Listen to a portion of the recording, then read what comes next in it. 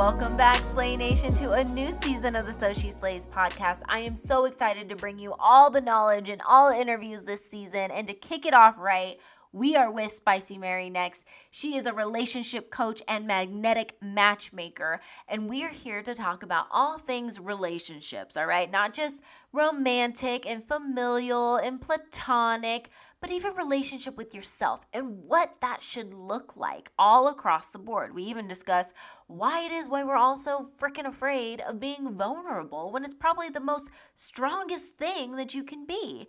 Now, we all know, too, that you can't be vulnerable with everybody. So we also talk about the qualifications and how to tell the difference between someone you can and cannot be vulnerable with. All that and more in the next episode. Hey, Slay Nation. Welcome back to another season, oh my gosh, of the So She Slays podcast. And I am so excited for our next guest. We've had her on the podcast before. She is not new to the So She Slays crowd. We have Spicy Mary here. She is a relationship coach and magnetic matchmaker. Like, if that is not a freaking title, I don't even know what is. A magnetic matchmaker. I feel like we should have like lights and sparkles and all of this stuff. I will take it. Give me all the fireworks. Oh my gosh, I'm so excited to have you on. It's February in 2023. Holy geez. I'm excited to talk to you because I feel like you're very realistic when it comes to relationships, when it comes to love and all of that stuff. And I feel like you're a wealth of knowledge. So before I dive into today's, discussion with you, go ahead and just kind of give us a little bit more about you. Okay. Love it. Talk about myself, right? So yes, I am, hi guys, Spicy Mari, relationship expert, magnetic matchmaker, founder of the Spicy Life relationship consulting firm. I have been doing this my entire life. At a young age, I had the gift of connection and set my mom up. When I was like 5 years old, I knew that I wanted a dad, and I made it my mission to find one, so much that she had 3 husbands because of me. So I had a gift for this, but then went on to make sure that I had the education and was able to give tools. So mother highly encouraged me to go to school. I have a BA in communication from UC Berkeley. Also went to Spelman for women's studies, and then a master's in communication from USC. I'm Alpha Kappa Alpha. I am Black and Mexican, and love what I do. Have always hosted either a radio show on from KJLH to iHeart, giving spicy tips and relationship advice, to now my own podcast, The Spicy Life, where I give information and free tools, so that if you maybe aren't ready to sign up for my services and my coaching program, you can at least get some information to feed your soul and your spirit while you are either on the hunt for love or trying to heal from love. Oh my gosh. Okay, perfect. Nice little nutshell of information right there. Today's topic, we're going to talk about, Valentine's Day is coming up, and some people be feeling some ways about it.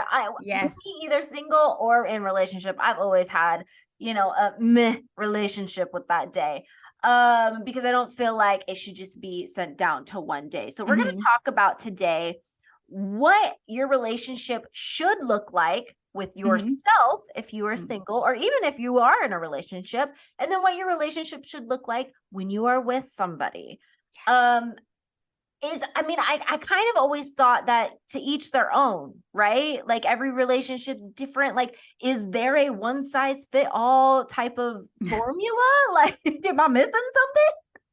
Okay, so, I have methods for this exact question, right? Like, what is the, method to the madness of a healthy relationship?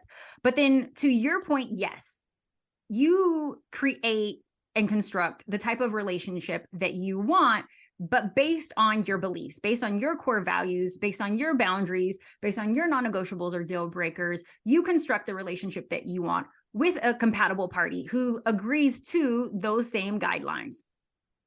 I say all that to say, though, that in order to have a healthy relationship, a lot of us did not come from a 2-parent home where our parents were madly in love with each other and showed us, this is how you enter into a healthy relationship. Mirror our behavior and you guys will get it 100% right. Majority of us did not have that. So we have all learned what relationship looks like by either looking at their toxic ways or their unhealthy ways, and then throwing darts at, you know, a board, trying to figure it out, and then playing those out in relationship. And so really our biggest teacher has been not just family, but also the relationships that we've been in. So we've been kind of just like trained through previous relationships. And if your person didn't have the tools that you were in a relationship with, more than likely you don't necessarily have what you need right now. So it's why my company exists. It's why I'm in the business. My purpose is to restore the family unit. My mission in life is to help restore the family unit, but my purpose is ultimately to help you connect with your purpose mate and retain the relationship with your purpose mate. Okay. Mm-hmm. So it's important that we know our purpose, for starters, but also that the person who we are with is purpose driven so that they can help us fulfill our purpose. The 5 spicy tools that you will use and the 5 things that I teach that you need to have for a healthy relationship begins with self. That's the S. P is passion. I is intimacy. C is communication. And the Y is learning to say yes. Okay. So you said relationship with self, like that's where we're going to start. That is usually we're the unclearest. You would think that we should know ourselves better than anybody, but oftentimes the way that our self is formed is in response to other people. So if we have bad experiences with folks, or if we are told that we are not enough or that we are too much, we start to formulate our opinion about ourselves around that perspective, right? Yes, so, absolutely. So who we believe ourselves to be is very important. But for you to have a healthy relationship, you need to know the basics of who you are, what you want, and what you have to offer. And that's where the confidence comes from. And majority of the time, we don't really know who we are, what we want, and what we have to offer. We base that off of what other people told us and what they've accepted and rejected. Outside reinforcements. Exactly. So we need the self-awareness. We need the self-regulation. We need the emotional intelligence. We need the self-love, and we need to know and operate from a high level of self-worth. All of that is within self. Okay. So then I have to ask then though, because like, yes, that sounds horrific in my head as like in theory. It sounds wonderful in theory. But I'm going to tell you too, like as someone who has like been in the dating realm and all that kind of stuff, like it is so hard to even find somebody with like the S, let alone C and the I and all of that stuff. Okay. Is that a fact or is that a belief?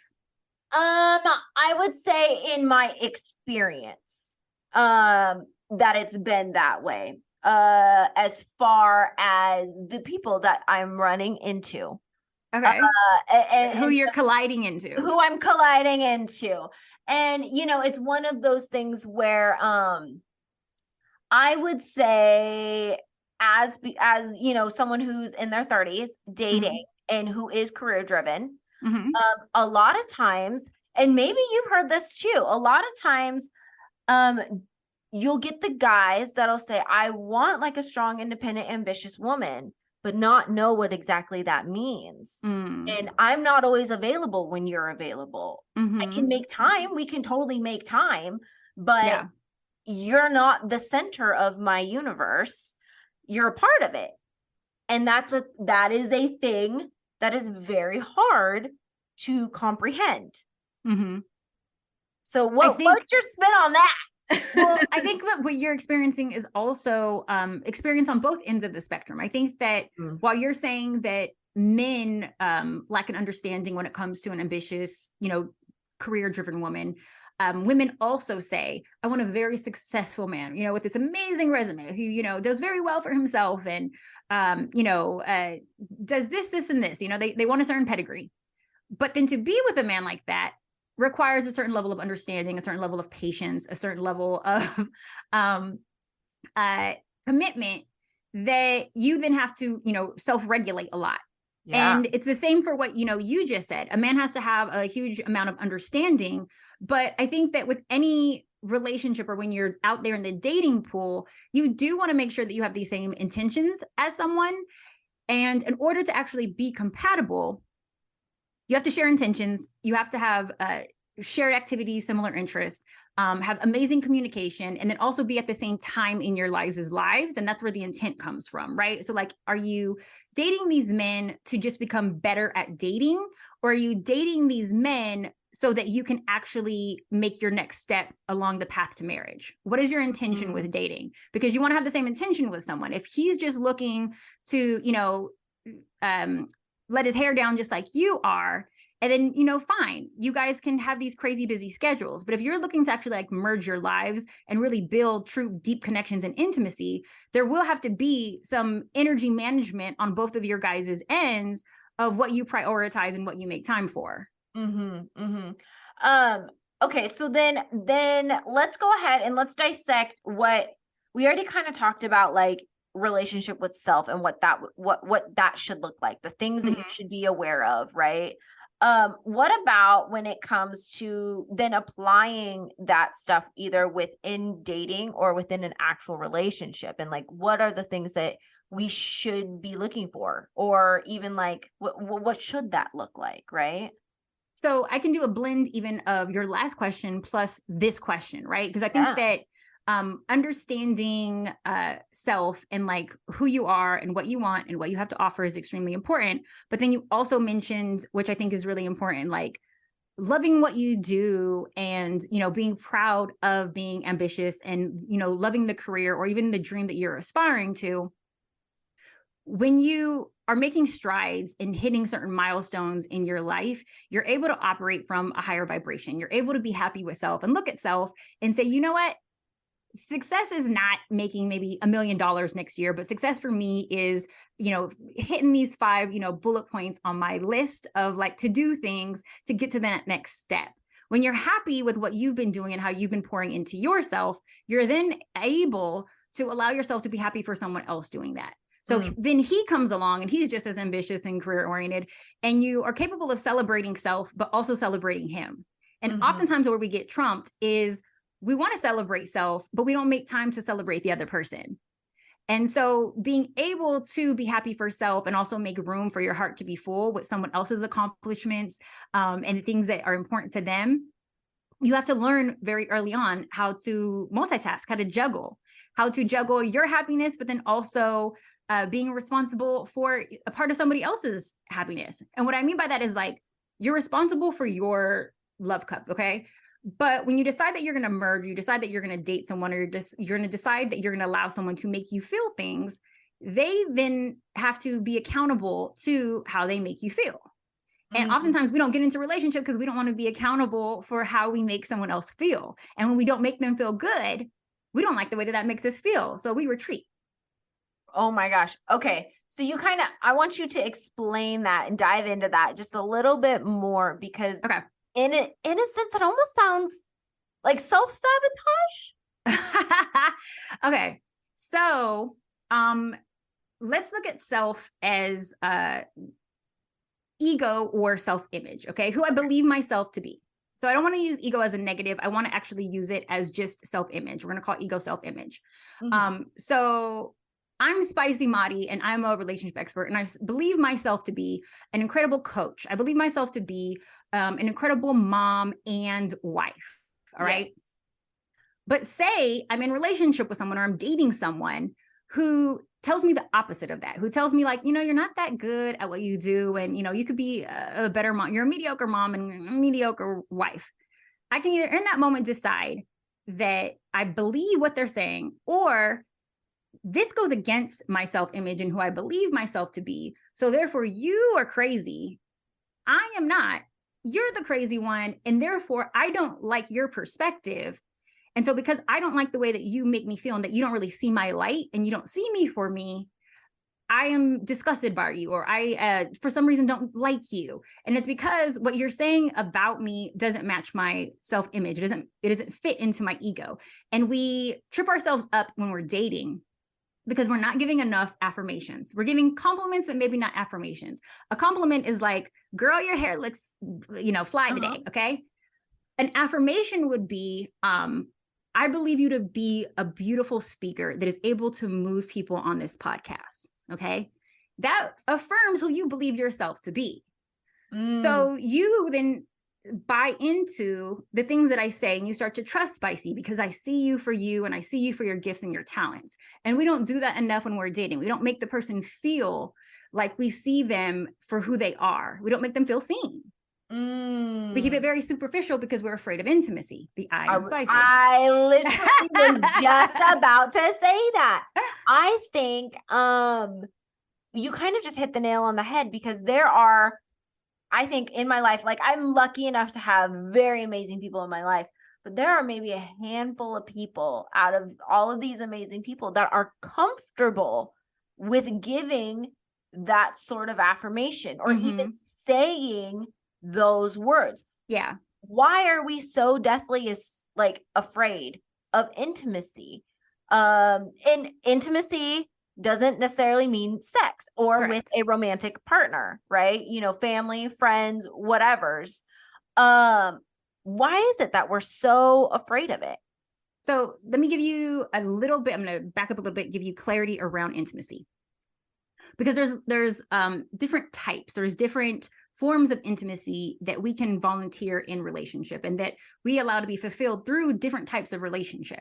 So there's emotional intimacy, there's spiritual intimacy, recreational intimacy, financial intimacy, physical intimacy, and intellectual intimacy. All of these, right, are intimacies that are very important to have our cup filled up with, okay? And when we speak about intimacy, it's really about you sharing and being vulnerable and allowing someone else to feel safe and feel vulnerable as well.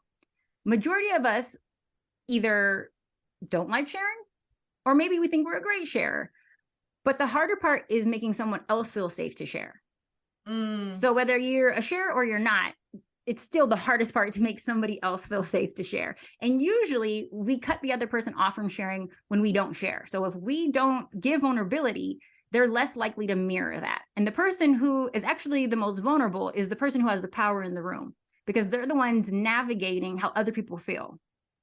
Absolutely. Okay. So this kind of goes to something that I always tell my friends too. Like I used to be, and I don't know if maybe you have either ran into somebody, or plenty of people, I'm sure, that express the same type of quality, or maybe you have in yourself. I've always been the strong one, right? So you have that wall up, right? It's not something that people have not heard, right? You always have that strong person or several strong people, right? That are afraid of vulnerability. And I've done work in myself to not be afraid of vulnerability, or to recognize when that is a trigger and being like, hey, just lean in, you'll be fine. Yeah. You're not going to die. But what I always say is exactly what you said. The strongest person, the bravest thing that you can ever do is be vulnerable. It is the one thing everybody is running away from. Yep. And if you are vulnerable, like, you hold the power. Yep. You are the strongest one. We stop ourselves from vulnerability though, because what you're saying is like so important. It's right on, it's dead on. But the reason why we're cutting ourselves off from that is because what's that thing we said earlier? Self-image. So if I share with you and I let you into personal stories about me, or give you certain information that you might judge me off of, you may not accept me. And us as humans, our biggest fear is rejection. So if you don't accept me, that goes against who I believe myself to be. And rather than give you an opportunity to reject me, I'm going to opt out. I'm not going to give you that, because I don't want to allow a space for that to even exist, where you tell me no, or you tell me you don't like me, or you judge me off of it, or I look thirsty. So I would rather just keep this relationship superficial, because that's safer and I don't have to experience the hurt of what rejection is. Absolutely. And it's one of those things too, where, you know, we always say be vulnerable, but I always preface that statement with being vulnerable with the right people and knowing who those people are. So yeah. I'm sure you've had to address this question. Like, how do I know the right people to be vulnerable with? I mean, how do you know? Okay, so this is a really, really good question. You have to gauge this barometer by you taking the initiative and being vulnerable first. And what you do is you test for their vulnerability, okay? And the way that you do that is what I like to call giving fish and broccoli. So I'm going to give you a soft vulnerability. Okay. And I use this example often. I've spoken about it before. So it's, I'm going to give you a soft vulnerability. I met my father at 12 when he passed away at 13, at 13. And that was, a hard moment for me. But I did a lot of work around that so that I could heal and become, the best version of myself and not repeat any abandonment issues, for my child or whatever. That's soft. Okay. That's fish and broccoli. Steak and potatoes would be, my father was locked up for all 12 years, which is why I didn't know him. He abandoned me also at a very young age and then went to jail. And he, while in jail, got sick. And when he got out of jail, wound up dying of pneumonia because his immune system was like, that is steak and potatoes. And while all that is true, I'm being vulnerable with you guys. While all that is true, that is way too much to give someone initially. Okay. Yes. A friend, a lover, a teacher, I don't care who it is. That's way too much to give. So you don't give steak and potato until you see if the person could handle fish and broccoli. And so when you give fish and broccoli, the next step is not just asking if they've ever experienced a loss or if you've ever experienced a moment like that, or if you've ever, how did you handle, a hardship maybe in your life? You see if they give it back to you. If I give you fish and broccoli, will you give me fish and broccoli back? If they don't, then they may not be comfortable with you or emotionally available to you. It may not mean that they're not emotionally available. They just may not want to be emotionally available to you. So you measure for it by, if I dish it to you, will you serve me back? If you don't serve me back, then I'm not going to continue feeding you because I'm not safe with you if I continue feeding you. But I was vulnerable first to make you feel safe. And that didn't work. So maybe I'll try one more time because you're really cute and I really like your resume. And, I like listening to you speak and, you seem to be a good person. So maybe I'm going to try again. But after 2 or 3 attempts, if the person is like, sorry, I'm not giving you anything, then we don't continue to be vulnerable. And we definitely don't give them that steak and potatoes until they've shown us that they can handle fish and broccoli. Does this make sense? Yeah. Well, because it's like you're earning, in a sense, trust. Yeah. And I've always done, I don't know if you've heard this metaphor before, but it's like the marble jar, right? Where it's like, you give like it is kind of like a steak, potatoes, fish and broccoli kind of thing. But for me, I learned it as like a marble jar, right? Where it's like this jar contains and all your marbles that you've invested in a person. And it's just like a little nugget here. Okay, cool. All right. We did okay with that. And a little nugget here. Yep, exactly. Okay, cool. All right.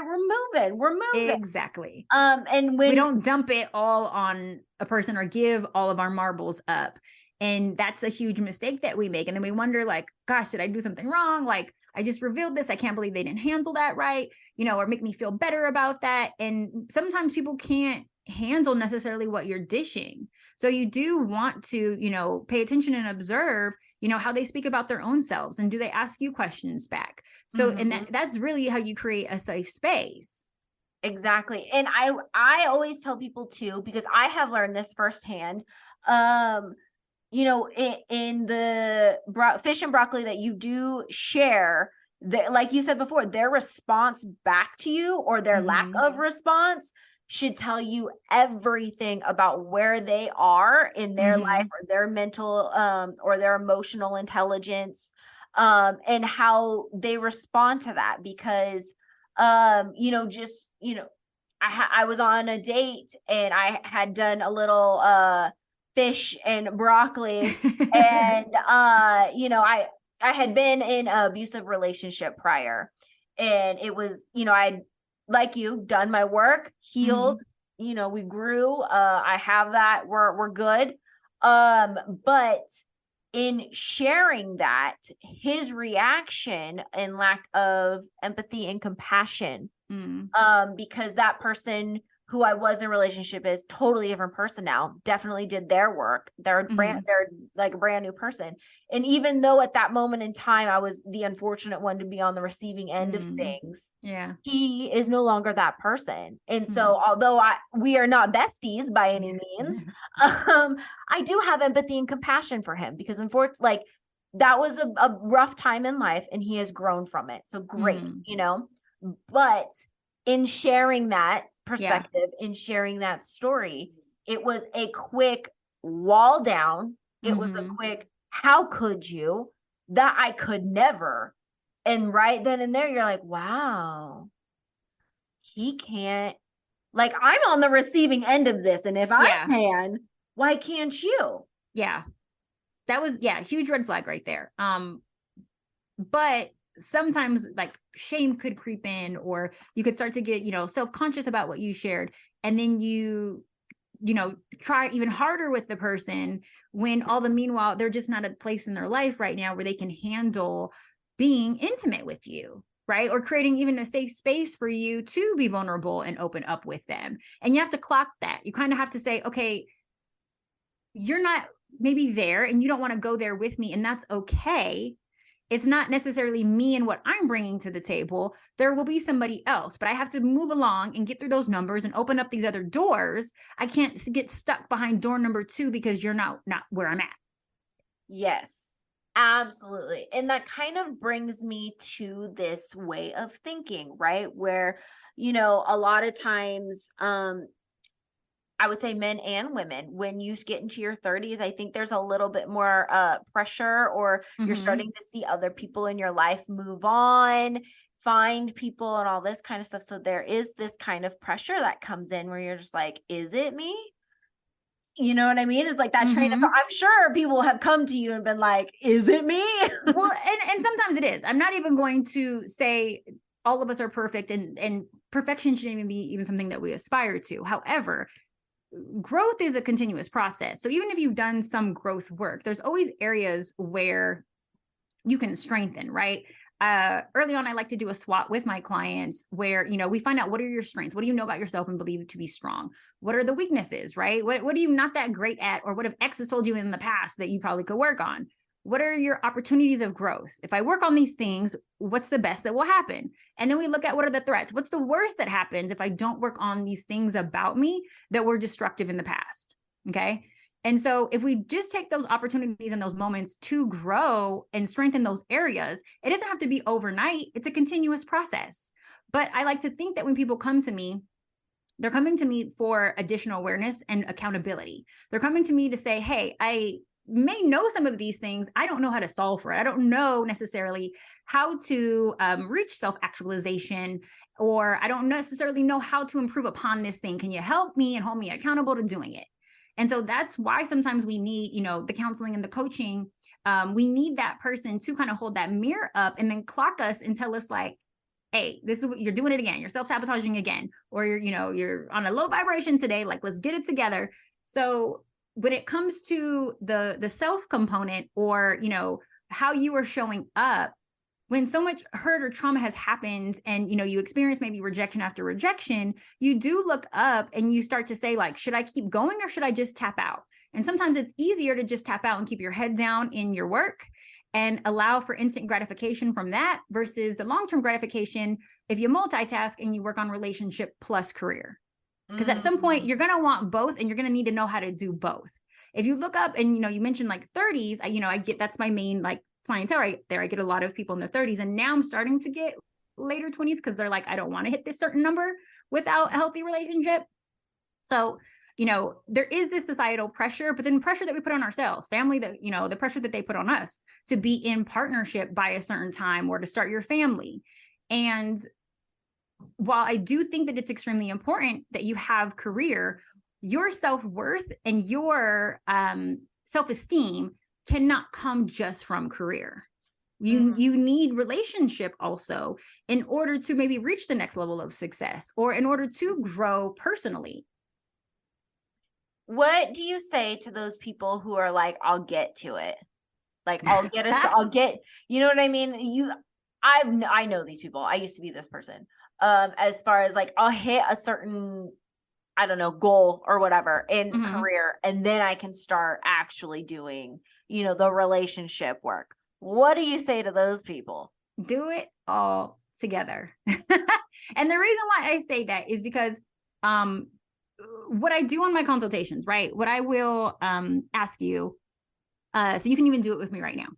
Okay. On a scale of 1 to 10, when it comes to level of happiness or satisfaction, 10 being the highest, how happy are you with your career?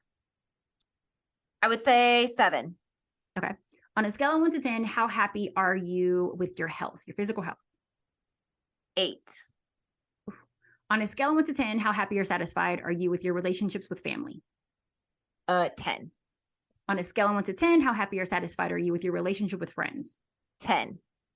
On a scale of 1 to 10, how happy or satisfied are you with your romantic, intimate love life? Like 4 or 5, girl. So based on what you scored, I know where someone has educated themselves, or where their energy, where their financial resources, where favors, where time, all of the investment has been put forward, because we usually become really good at or flourish in areas that majority of our energy is focused. Absolutely. So you just scored a 4 on your love life, which means these other areas of your life are thriving, which probably means that relationship and dating hasn't gotten that much attention. And you may be saying, but like, Spicy, I'm on, the dating apps and I put myself out there.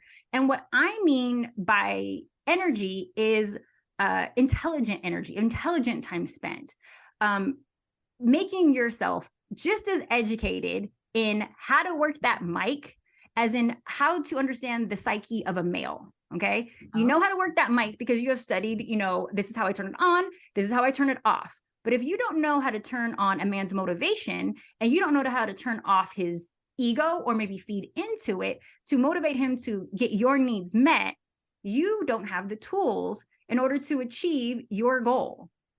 And a lot of us don't have the tools. We're winging it. We're just like, well, either you vibe with me or you don't. That's like saying, well, either I get the career I want or I don't. No, if I told you, would not go for that. You would not go for that. You would be like, oh no, what class do I need to take? What mentor do I need to get? Who do I need to speak to? At what company do I need to go to? Who at So She Slays do I need to speak to? Like you Yes. wouldn't settle for anything less than getting your prerequisites met so that you can get where you have to go. But when it comes to relationship, we just want to wish and pray on a shooting star that it happens. Well, because I feel like, and correct me if I'm wrong, that's kind of what we've been told or sold, I should That's say. what we've been sold, sold and told. But that doesn't make it true or correct. And what I mean by that is, we have just now even started to embrace self-help, right? Like Right? our Oh parents my gosh. didn't go to therapy, and our grandparents definitely didn't go to therapy. But now, guess what? We are all getting, more help. We're all focusing on self-happiness and mindset and growth. And so we are starting to now shift as a culture to start to try to get some levels of awareness and tools that we need to help ourselves get to these areas in life. But when it comes to relationship, we are told that like, it's just going to happen. It's, if it's meant to be, it'll be. We've been sold this, Disney fairy tale, but nothing in life has happened for us through fairy tale. Even if we think we are the most blessed and favored person on earth, strategy has gone behind all of it. And if you were rejected from maybe a job that you were dying for, that you didn't necessarily get, you may be bummed for a minute, but you would not stay broke. But when it comes to relationship, we get rejected and we're like, yeah, this relationship thing's not for me. I'm gonna just, live out my 30s and 40s alone. And it's because we don't want to do the work that's necessary to get what we want. Okay, then let me kind of I would say push back a little bit with Pushback. Do we please. not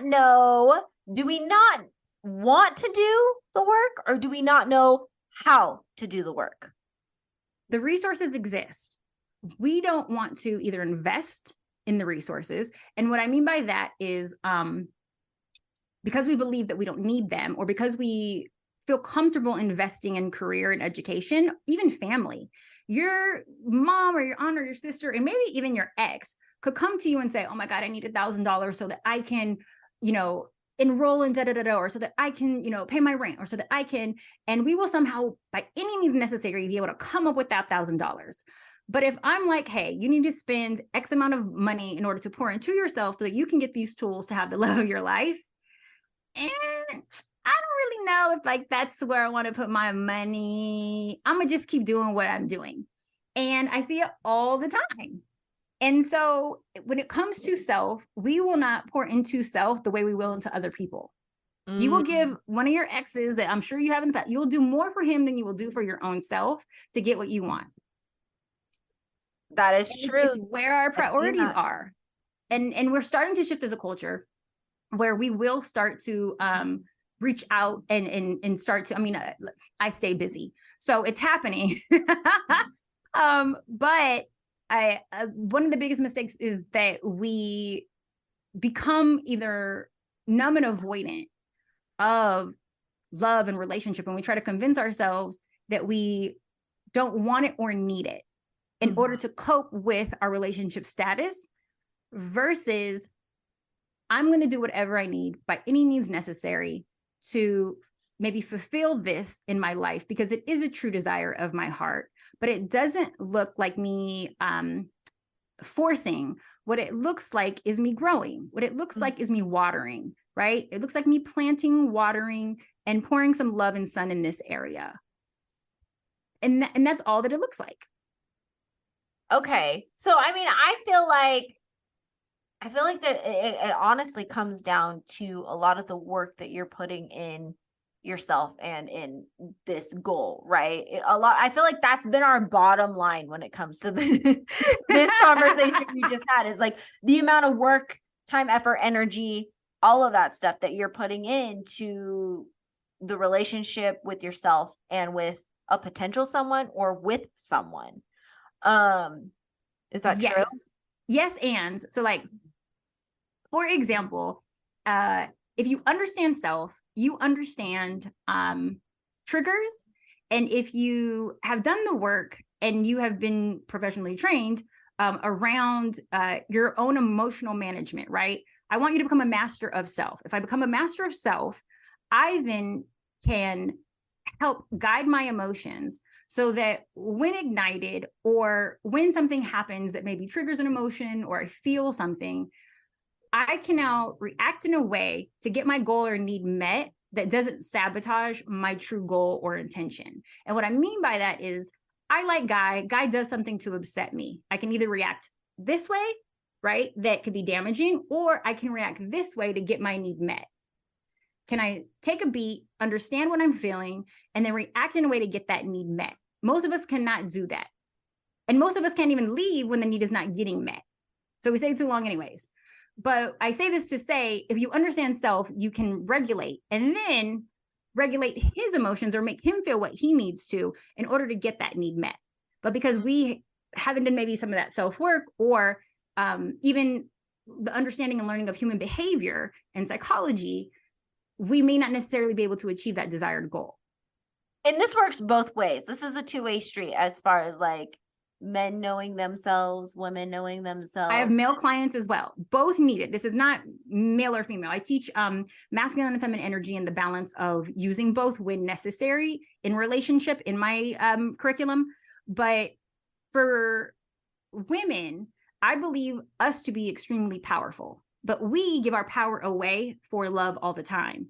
And I believe that when you have the tools and you can operate with a fine balance of emotion and logic, you're able to steer more easily the decisions of partnership while making partner believe that it's all their decisions all along. So it kind of goes back to an old saying. I don't know, right? Or you're just like, I think even my mom told me when I was growing up, you're just like, yeah, you just let him think that it's his idea. And so yes, okay, your family they hit the nail on the coffin. And that's a hard concept for a lot of us, like successful modern women, to wrap our heads around. I'm gonna tell you, that's a hard concept for me. Yeah, for sure. It's a very hard concept for me. For sure.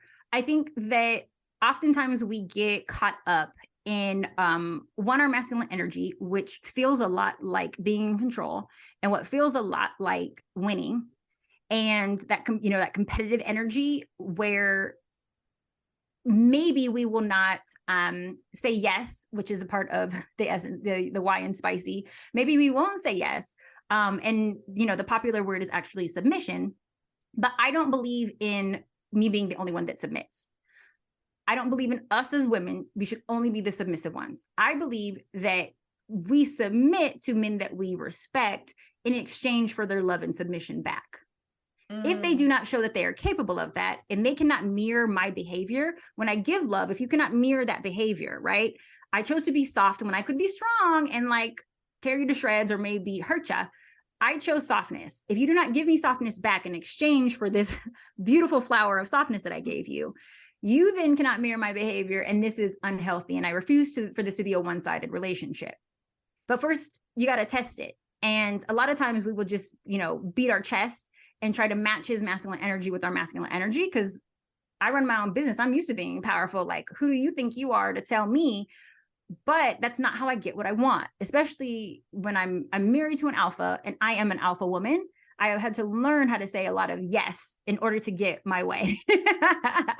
Which is interesting. Oh my gosh, Spicy, I feel like you and I could like have 5 million probably get like hours and hours. I was like, I feel like we could have 5 million conversations, because I would love to get your take on the alpha and alpha relationship, because I can go on about all the things that I've heard and all the things that I have seen. But we're going to have to save that topic. Yeah, we're going to have to do a whole nother, because I'm like, I can talk about that for hours. Okay? I was like, I feel like that can go on for a while. But okay, so I feel like with today's subject, we've definitely covered a bombshell worth of things. I know. Oh my goodness. Y'all didn't know, but like offline, we were like, so do we want to talk about this, or so do we want to talk about that? And we just kind of figured it out as we went. But I love it, because that is the most, I feel like I get the most information that way, Yeah. Because these are a lot of questions that I feel like a lot of us have. I'm definitely not the only one. I just so happen to be the one getting to talk to you. Okay, there's a method to the madness. There's a method to the madness. There is a method to the madness. Where can people find you? You guys can always go to thespicylife.com.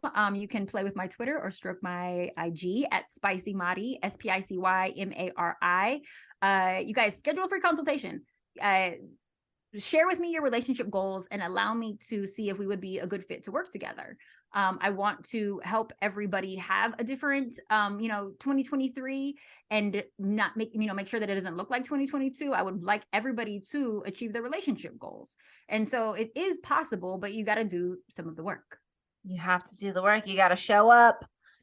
So important. Okay. So, Slay Nation, I highly recommend you go and follow Spicy. She has an awesome podcast too as well. Did you tease that? I didn't hear you. Yes. Go to the Spicy Life podcast. Yes. Get some free information. I each week have a different guest come on, be it somebody who's in a great, phenomenal relationship, or somebody who may be healing from one, or other experts that come on to give additional advice. So it's not just me running my mouth all the time. But yes, please go to thespicylife.com, or because my podcast is on there, or you can go to YouTube as well, and you can watch the videos as well. Oh my gosh. Thank you so much for joining us. I really, really appreciate your time and all that information you just shared with us. I feel like we're going to have to take some time to digest that. It's a lot. I know. Well, Slay Nation, until next time, thanks for listening.